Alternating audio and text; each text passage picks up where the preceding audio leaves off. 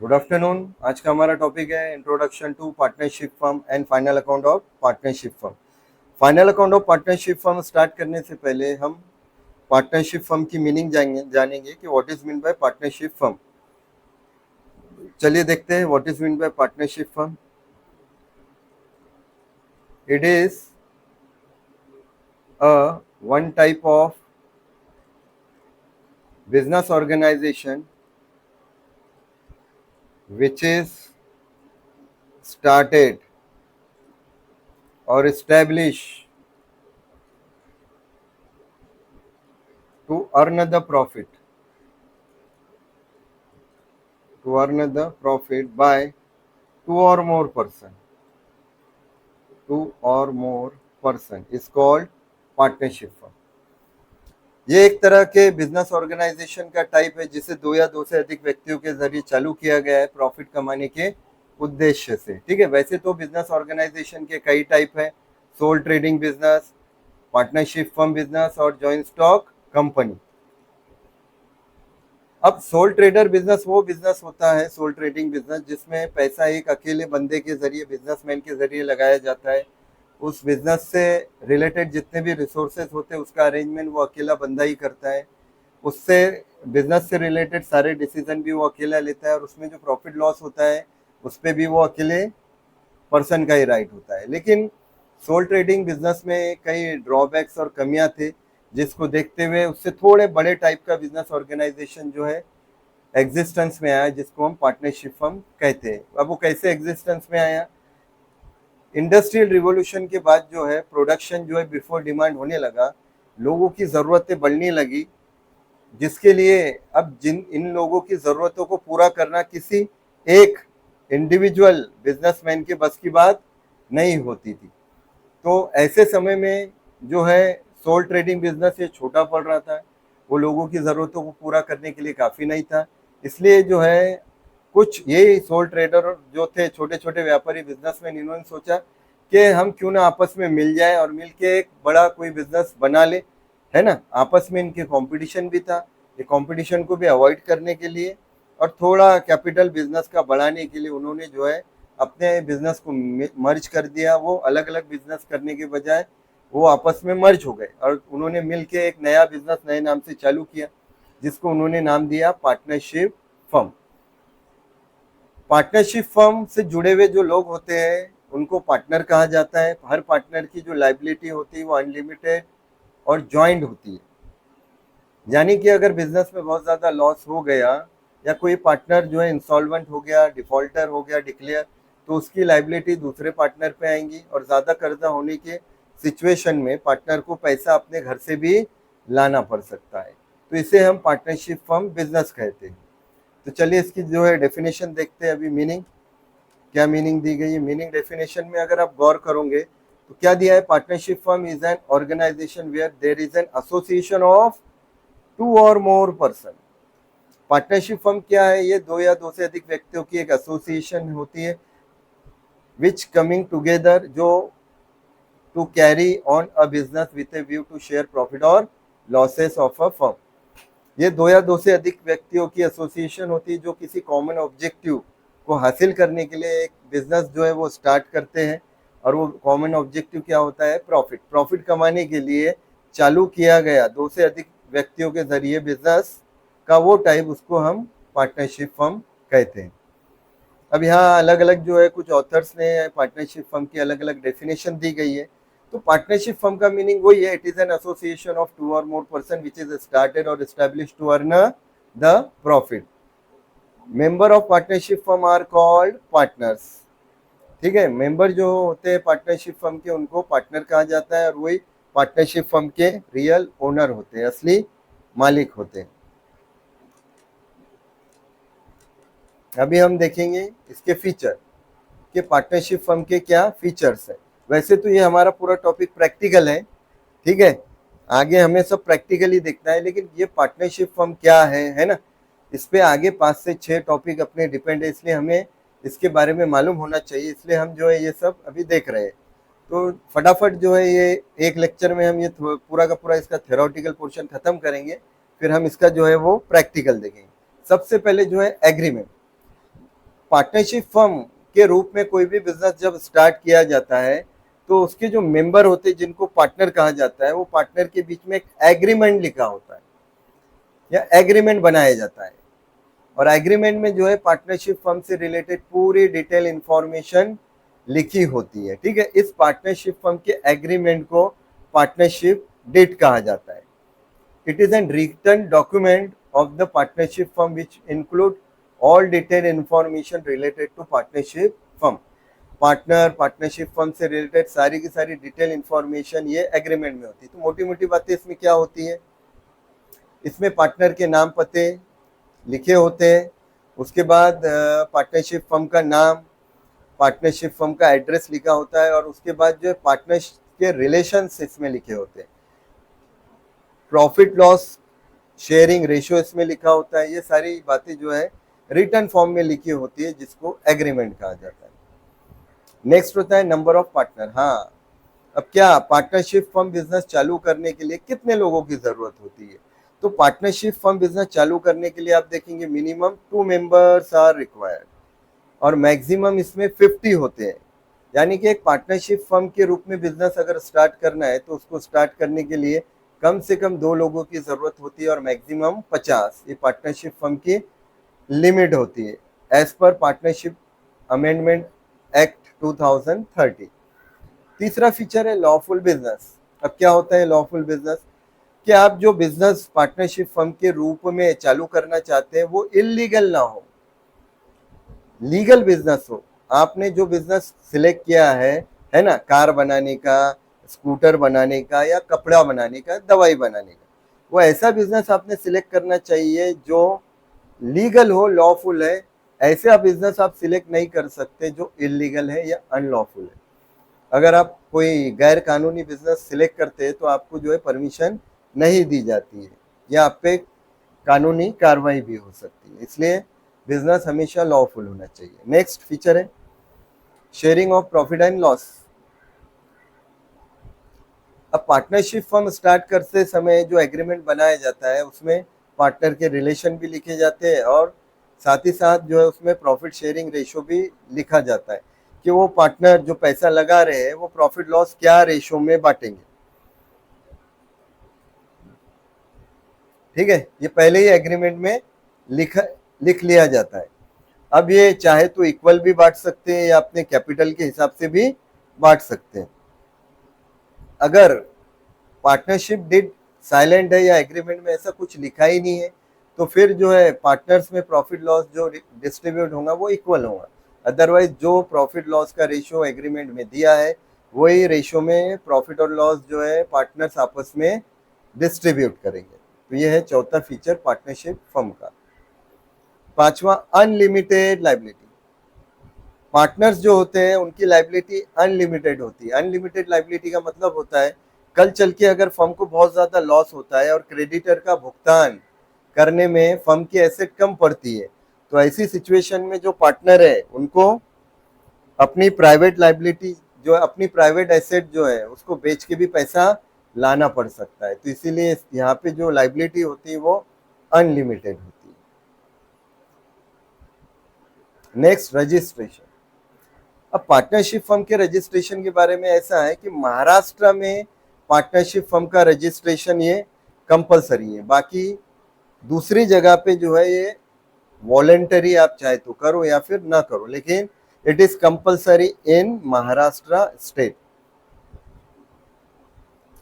और रजिस्ट्रेशन करने का एक फायदा भी होता है, अगर आप रजिस्टर करते हैं अपनी फर्म तो कल चल के आपके साथ कुछ गड़बड़ धोखाधड़ी होती है तो आप जो है कानून की मदद ले सकते हैं, लेकिन आपका बिजनेस रजिस्टर ही नहीं है तो फिर आपको बहुत दिक्कत उसमें जाती है, इसलिए रजिस्ट्रेशन करना जो एक फायदेमंद बात है। Next joint ownership and management. अब पार्टनरशिप फर्म का जो बिजनेस होता है उसको सारे पार्टनर्स जो है आपस में मिलके चलाते हैं, उसका कंट्रोलिंग भी पूरा, मैनेजमेंट भी पूरा, सारे के सारे पार्टनर आपस में मिलकर करते हैं।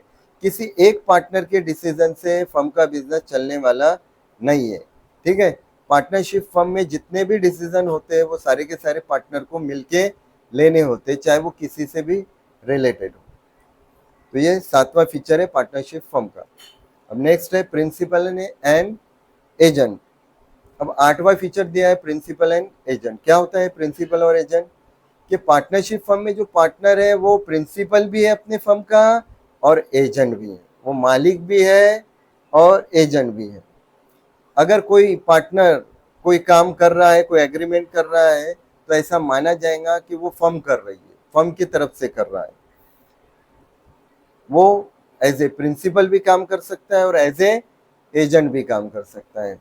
और एजेंट की तरह अगर वो काम कर रहा है तो उसके लिए फिर उसको जो कमीशन वगैरह, सैलरी कमीशन वगैरह जो है वो मिल सकता है। वैसे तो पार्टनर किसी तरह के सैलरी कमीशन के लिए एलिजिबल नहीं होता है, लेकिन अगर ये पार्टनरशिप डीड में वो लिखते हैं, पार्टनर्स इस तरह की बातें लिखते हैं, तो फिर उनको उस पर रेम्यूनरेशन मिल सकता है।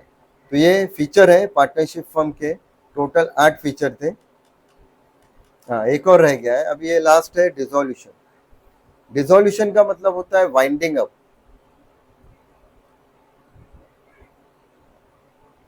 डिस्क्लोजर, ठीक है। जिस तरह पार्टनरशिप फर्म चालू की जाती है उसकी एक प्रोसेस होती है, उसी तरह डिसोल्यूशन की भी एक प्रोसेस होती है पूरी की पूरी।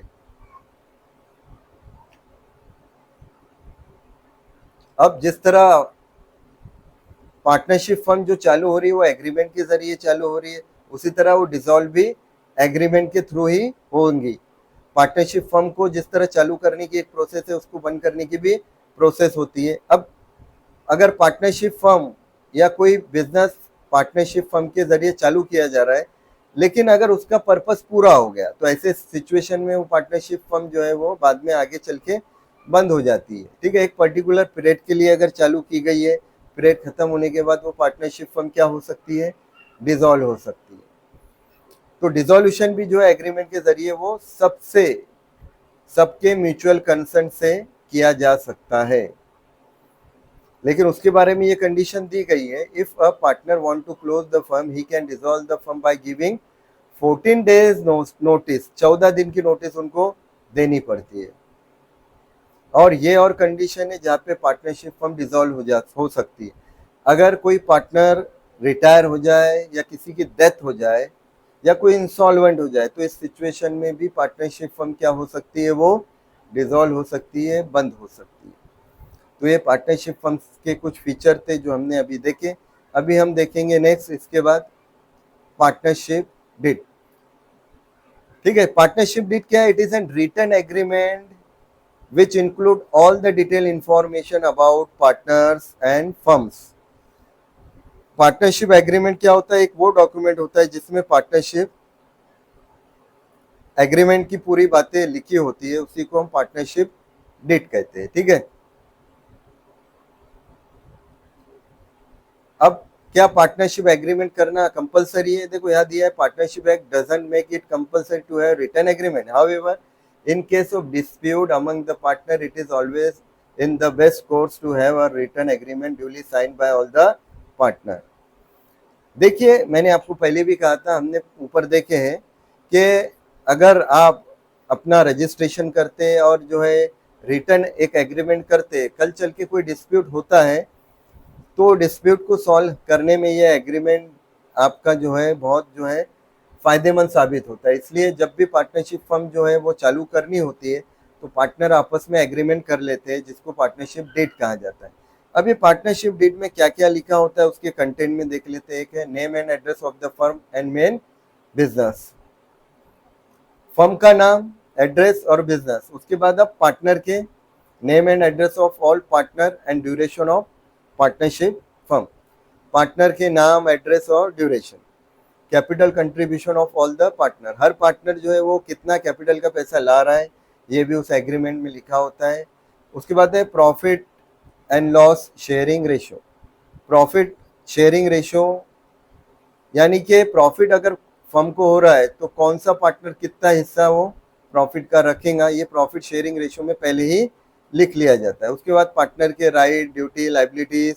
उसके बाद provision related to admission, retirement, death of partner. अगर कोई नया बंदा उसको हम एडमिशन देना चाह रहे या कोई रिटायरमेंट लेना चाह रहा है या किसी की डेथ हो जाए तो उस ऐसी सिचुएशन में हम क्या कर सकते हैं, वो सारी बातें जो है इस एग्रीमेंट में लिखी होती है। उसके बाद है rate of interest on capital और interest on loan and interest on drawing. अगर पार्टनर कैपिटल ला रहे हैं तो कैपिटल पे कितना इंटरेस्ट लेंगे, अगर वो ड्राइंग कर रहे हैं तो ड्राइंग पे उनको जो है कितना इंटरेस्ट देना पड़ेगा, ये सब जो इस एग्रीमेंट में लिखा होता है। नेक्स्ट है salary commission payable to any partner.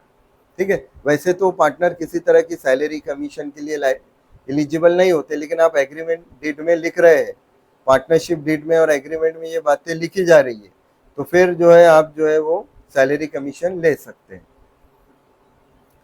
Settlement of account on dissolution of firm. अगर फर्म डिसॉल्व होती है तो अकाउंट किस तरह सेटल किया जाएगा, है ना, क्या क्या प्रोसेस जो है फॉलो की जाएंगी, वो सब जो है उसमें लिखा होता है। Method of settlement of dispute among the partner, any other matter related to the conduct of business. Partnership firm के शुरू से लेके उसके वाइंडिंग अप तक जो भी जरूरी बातें हैं, वो सारी की सारी बातें इन शॉर्ट पार्टनरशिप डीड में लिखी होती है। तो ये था पार्टनरशिप डीड जो हमने अभी देखा। उसके बाद है कुछ इम्पोर्टेंस दिया है, कुछ प्रोविजन दिए इंडियन पार्टनरशिप एक्ट की। अब इम्पोर्टेंस क्यों है, हमने पहले ही देखा है। पार्टनरशिप डीड क्यों जरूरी है, क्योंकि कल चल के अगर कोई डिस्प्यूट हो जाए, है ना, कोई जो है आपके साथ अगर धोखा करे, कोई गड़बड़ करे, तो आप उस पर आगे की कानूनी कार्रवाई कर सके, इसके लिए जरूरी है। अब कुछ इंपॉर्टेंट कंसेप्ट है जिसमें कुछ प्रोविजन दी गई है इंडियन पार्टनरशिप एक्ट 1932 में पार्टनरशिप फर्म से रिलेटेड। पहली provision related to distribution of profit and loss. Profit and loss will always distribute among the partner in profit and loss sharing ratio. अगर partnership agreement में profit and loss sharing ratio दिया है तो उसी ratio में जो है profit loss distribute होगा।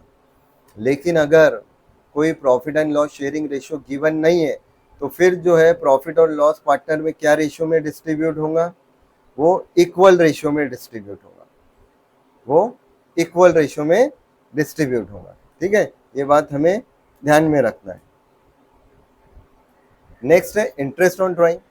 अगर पार्टनर किसी तरह का पैसा या गुड्स प्राइवेट पर्पस के लिए विड्रॉल करता है ना, तो वो ड्राइंग है, तो ड्राइंग पे क्या रेट से इंटरेस्ट लगाया जाएगा, है ना, और कितने महीने का लगाया जाएगा। ठीक है, रेट ऑफ ड्राइंग तो दिया रहेगा, लेकिन कभी कभी यहाँ पीरियड गिवन नहीं होता है। अगर पीरियड दिया नहीं है तो हम एवरेज पीरियड ऑफ 6 मंथ, कितने महीने का इंटरेस्ट चार्ज करेंगे, 6 महीने का। ये नोट सबसे इंपॉर्टेंट पॉइंट है, हमें ध्यान में रखना है। If date of drawing is not given in the problem then interest on drawing will charge for average period of 6 month. 6 महीने के लिए जो है वो इंटरेस्ट चार्ज किया जाता है। नेक्स्ट है इंटरेस्ट ऑन कैपिटल। उसी तरह पार्टनर अगर कैपिटल ला रहा है फर्म में तो उस पर वो इंटरेस्ट चार्ज करता है। अगर रेट ऑफ इंटरेस्ट दिया ही नहीं है तो फिर 6% के रेट से जो है वो इंटरेस्ट अलाउड किया जाता है। पार्टनरशिप एक्ट के तहत अगर इंटरेस्ट ऑन लोन नहीं दिया है तो पार्टनर को 6% के रेट से इंटरेस्ट अलाउड होता है। नेक्स्ट है इंटरेस्ट ऑन कैपिटल, सॉरी ये इंटरेस्ट ऑन लोन है, नीचे कैपिटल है और ये लोन है। अगर लोन वाला पॉइंट था, अगर पार्टनर फर्म को किसी तरह का लोन दे रहा है तो लोन पे 6% से वो इंटरेस्ट ले सकता है। अगर रेट ऑफ इंटरेस्ट दिया ही नहीं है, अगर रेट ऑफ इंटरेस्ट दिया है एग्रीमेंट में तो वो रेट से वो इंटरेस्ट लेगा, और अगर रेट दिया ही नहीं है तो 6% का वो रेट से इंटरेस्ट चार्ज कर सकता है। अब इंटरेस्ट ऑन कैपिटल की बात है, पार्टनर जो है फर्म में कैपिटल ला रहा है तो उस पर वो इंटरेस्ट लेगा, लेकिन अगर पार्टनरशिप डीड साइलेंट है, कुछ दिया ही नहीं है, फिर किसी तरह का कोई इंटरेस्ट अलाउड नहीं होता है। ये इंपॉर्टेंट बात है, आपको ध्यान रखना है। ऊपर का इंटरेस्ट ऑन लोन था, ये इंटरेस्ट ऑन कैपिटल है।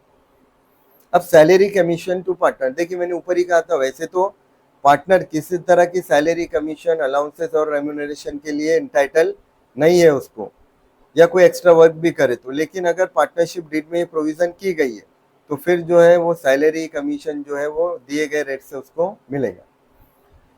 नेक्स्ट जो प्रोविजन है एडमिशन ऑफ न्यू पार्टनर। अब अगर ऑलरेडी एग्जिस्टिंग पार्टनरशिप फर्म किसी नए बंदे को एज ए पार्टनर एंट्री देना चाहती है तो सभी पार्टनर के म्यूचुअल कंसेंट से उसको जो है एंट्री दी जाएंगी।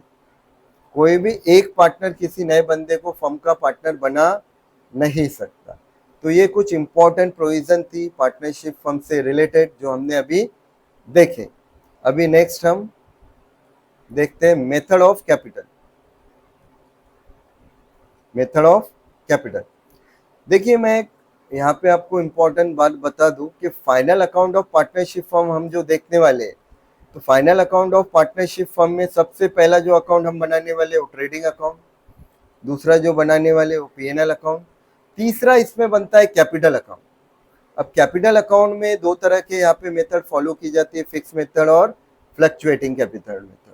ये एक नया अकाउंट है जो आपको 11th में नहीं था, ठीक है, लेकिन ये ऑप्शनल है, आपको कैपिटल अकाउंट बनाना कंपलसरी नहीं है। और हम भी यहाँ जो अभी क्वेश्चन देखेंगे ना, तो उसमें हम कैपिटल अकाउंट जो है सेपरेट नहीं बनाएंगे, बल्कि बैलेंस शीट में ही 11th में हम जिस तरह जो है लाइबिलिटी साइड में कैपिटल लेके उसमें कुछ कंटेंट ऐड करते थे और कुछ कंटेंट उसमें से माइनस करते थे, तो वैसा ही हम करने वाले हैं। हम जो है कैपिटल जो है वो लाइबिलिटी साइड में डायरेक्ट लेंगे, और कोई भी मेथड हो, चाहे फिक्स्ड हो कि फ्लक्चुएटिंग हो, तो वो सारे के सारे प्रोविजन हम लाइबिलिटी में ही करने वाले हैं।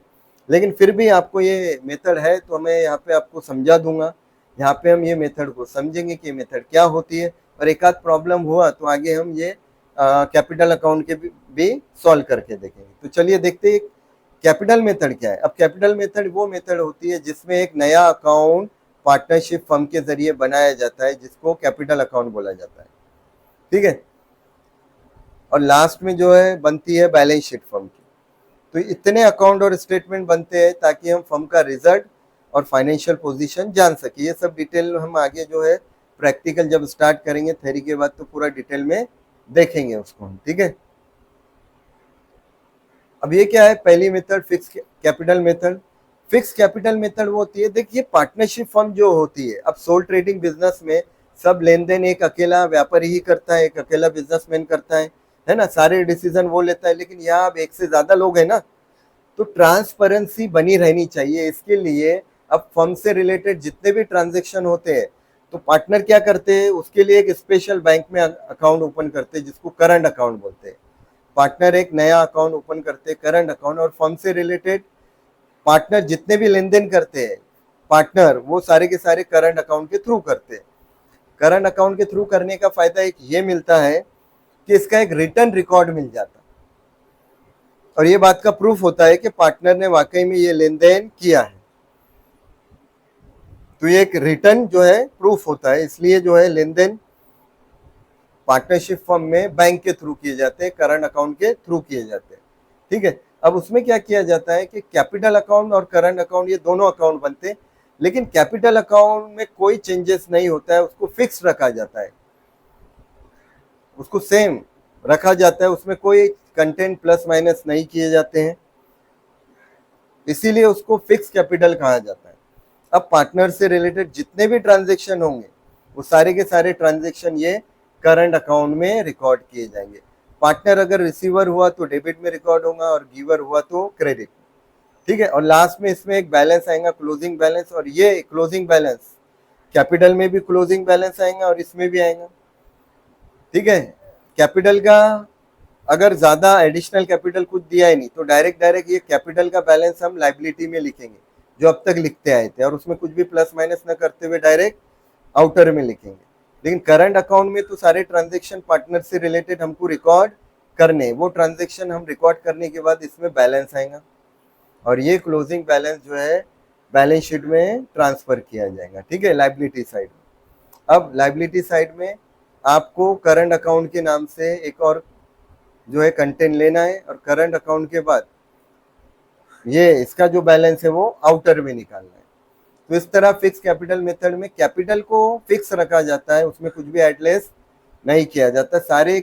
अब जो कैपिटल से या पार्टनर से रिलेटेड लेन देन है वो करंट अकाउंट में होते हैं।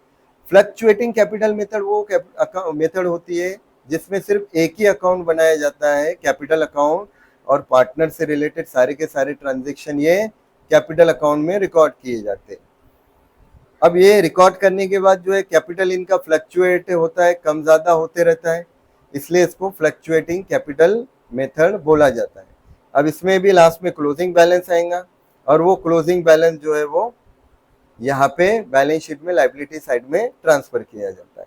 तो ये है हमारी मेथड ऑफ कैपिटल अकाउंट या कैपिटल अकाउंट की मेथड्स दो अलग अलग, लेकिन हम जितने भी अभी final account of partnership firm के प्रॉब्लम स्टार्ट करेंगे या सॉल्व करेंगे वो हम डायरेक्ट करने वाले हैं। उसमें हमें कैपिटल अकाउंट अभी तो हम कैपिटल अकाउंट किसमें भी बनाने वाले नहीं है। तो चलिए एक बार मैं फॉर्मेट भी बता देता हूँ आपको कि कैपिटल अकाउंट किस तरह होता है।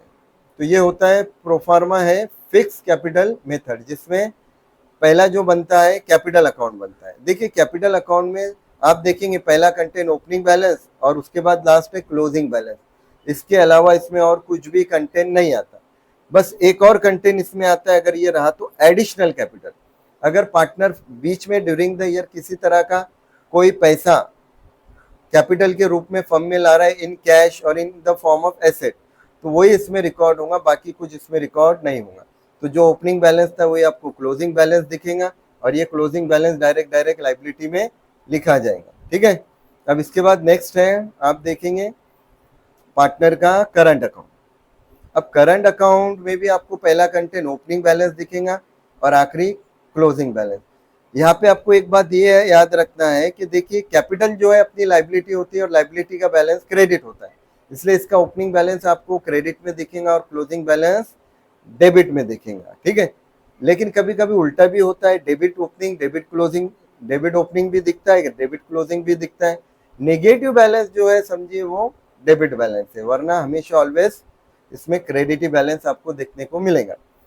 अब वो कंटेंट जिसके वजह से कैपिटल बढ़ रहा था या करंट अकाउंट का बैलेंस अब बढ़ रहा है वो सब आपको यहाँ पे रिकॉर्ड करना है। ठीक है। अब करंट अकाउंट में क्या क्या रिकॉर्ड करेंगे, अगर पार्टनर रिसीवर हुआ तो डेबिट में, गिवर हुआ तो क्रेडिट में। पार्टनर का अगर कोई खर्चा है वो डेबिट में, पार्टनर के लिए कोई इनकम है वो क्रेडिट में। ठीक है। तो ये सारे के सारे ट्रांजेक्शन हमें इसमें रिकॉर्ड करने। देखो इसमें क्या क्या है, इंटरेस्ट ऑन कैपिटल है ना, ये वो ट्रांजेक्शन है जिससे इनका करंट अकाउंट का बैलेंस बढ़ रहा है, लायबिलिटी बढ़ रही है। और रूल क्या है, debit decrease in liability, credit increase in liability, इसलिए क्रेडिट में आएगा। और यहाँ पे अगर वो रिसीवर हो रहे हैं डेबिट में ड्राइंग करके वो रिसीवर हो रहे हैं, या उनका करंट अकाउंट का बैलेंस कम हो रहा है या कैपिटल लायबिलिटी कम हो रही तो वो डेबिट में आएगा। लॉस से, इंटरेस्ट ऑन ड्राइंग से उनका कैपिटल और करंट अकाउंट का बैलेंस कम होता है, इसलिए कंटेंट डेबिट में आएगा। और लास्ट में इसमें आएगा ये क्लोजिंग बैलेंस जो कि बैलेंस शीट में ट्रांसफर होगा। तो कुल मिला के इसमें जो है आप देखेंगे पार्टनर से रिलेटेड ही ट्रांजेक्शन रिकॉर्ड होते हैं, जिसमें पार्टनर या तो रिसीवर बनता है या गिवर बनता है, या तो उसके खर्चे होंगे या उसकी इनकम होंगी, या वो ट्रांजेक्शन जिससे उनका कैपिटल अकाउंट का बैलेंस या तो बढ़ेगा या कम होगा। अब ये था कैपिटल अकाउंट। अब देखेंगे आप इसमें कि कैपिटल अकाउंट से रिलेटेड भी बहुत सारे ट्रांजेक्शन इसमें दिए, तो हमें ये सब ट्रांजेक्शन अभी लेने की ज़रूरत नहीं है। तो हम जो है अभी डायरेक्ट जो है इसके बिना जो है कैपिटल अकाउंट बनाए बिना भी प्रॉब्लम सॉल्व कर सकते है ना। अब बहुत से स्टूडेंट का ये सवाल होता है कि कहीं हमारे मार्क्स तो नहीं कट जाएंगे अगर हम अकाउंट नहीं बनाएंगे। तो बिल्कुल भी तुम्हारे मार्क्स नहीं कटेंगे। वही जो आप लेजर अकाउंट बनाने वाले थे पहले, अगर आप बैलेंस शीट में वही कंटेंट लायबिलिटी साइड में अगर वो आप समझिए एस कैपिटल है, अजय कैपिटल, ए का कैपिटल लो और उसमें जो है वो कंटेंट लो जिससे उनका कैपिटल बढ़ रहा है या कम हो रहा है, जैसे interest on capital plus profit, जो 11th में हम अब तक करते आए वही जो है इसमें प्लस माइनस वाले ट्रांजेक्शन हमें करने हैं। ठीक है। तो यहाँ पे आपको मार्क्स मिलेंगे बोर्ड में। ठीक है। अब मैं इसलिए कह रहा हूँ कि क्योंकि हमारे पास बोर्ड के जो है पेपर चेक करने के लिए आते हैं, तो हमारे पास आंसर की भी आती है और मॉडरेटर का इंस्ट्रक्शन है कि उन्होंने अकाउंट बनाए हैं तो अकाउंट पे भी मार्क्स दो, और नहीं बनाए और यहाँ पर भी डायरेक्ट किए तो भी मार्क्स दो। तो दोनों ही कंडीशन में स्टूडेंट को मार्क्स दिए जाते हैं, उनके मार्क्स यहाँ कटते नहीं है। तो ये होप आपका जो है ये कन्फ्यूज़न दूर हो गया होगा। आपको ये टेंशन लेने की ज़रूरत नहीं कि इस पर मार्क्स नहीं मिलेंगे। अगर कोई ऐसा आपको बोल रहा है कि नहीं बनाना अच्छा है वरना मार्क्स नहीं मिलेंगे, तो वो गलत कह रहा है, क्योंकि हम जो है बोर्ड के पेपर चेक करते हैं। ठीक है। इसलिए हमको मालूम है, कई सालों से, इतने सालों से चेक करते आ रहे हैं। और बाकी जो लोग ऐसा कहते हैं, या तो वो पेपर चेक करते नहीं है या ऐसा ही कुछ ना कुछ बातें वो करते। तो यहाँ पे आपका एक काम कम हो जा रहा है कि लेजर अकाउंट बनाने की एक्स्ट्रा आपको जरूरत नहीं है। फिर भी हम आगे एक आध क्वेश्चन ऐसा देखेंगे जिसमें हम जो है कैपिटल अकाउंट भी बनाएंगे। तो आज के लेक्चर में हमने इंट्रोडक्शन ऑफ पार्टनरशिप फर्म देखा, पार्टनरशिप फर्म के कुछ फीचर देखे और ये कैपिटल अकाउंट के बारे में देखा कि किस तरह की मेथड होती है। अब इसके बाद जो है नेक्स्ट लेक्चर में हम final account of partnership firm देखेंगे। बहुत ही इंपॉर्टेंट लेक्चर होने वाले हैं जिसमें हम पार्टनरशिप फर्म जो है फाइनल अकाउंट के मीनिंग, उसमें कौन कौन से अकाउंट और स्टेटमेंट हमें बनाने पड़ते हैं वो देखेंगे, और उसके बाद उसके फॉर्मेट देखेंगे। फॉर्मेट के बाद एडजस्टमेंट, और एडजस्टमेंट के बाद हम डायरेक्ट प्रॉब्लम स्टार्ट करेंगे। होप ये लेक्चर आपको समझ में आया हो। अगर आप चाहते हैं कि इसी तरह के लेक्चर आपको जो है वो मिलते रहे तो आप जो है चैनल को, ये वीडियो को लाइक कीजिए, शेयर कीजिए और चैनल को सब्सक्राइब जरूर कीजिए, क्योंकि अब इसकी पूरे सीरीज जो है प्रॉब्लम के हम वो अपलोड करने वाले हैं। Thank you. अगर फिर भी आपका और कोई डाउट है तो नीचे कमेंट बॉक्स में आप आपके डाउट लिख सकते हैं। Thank you.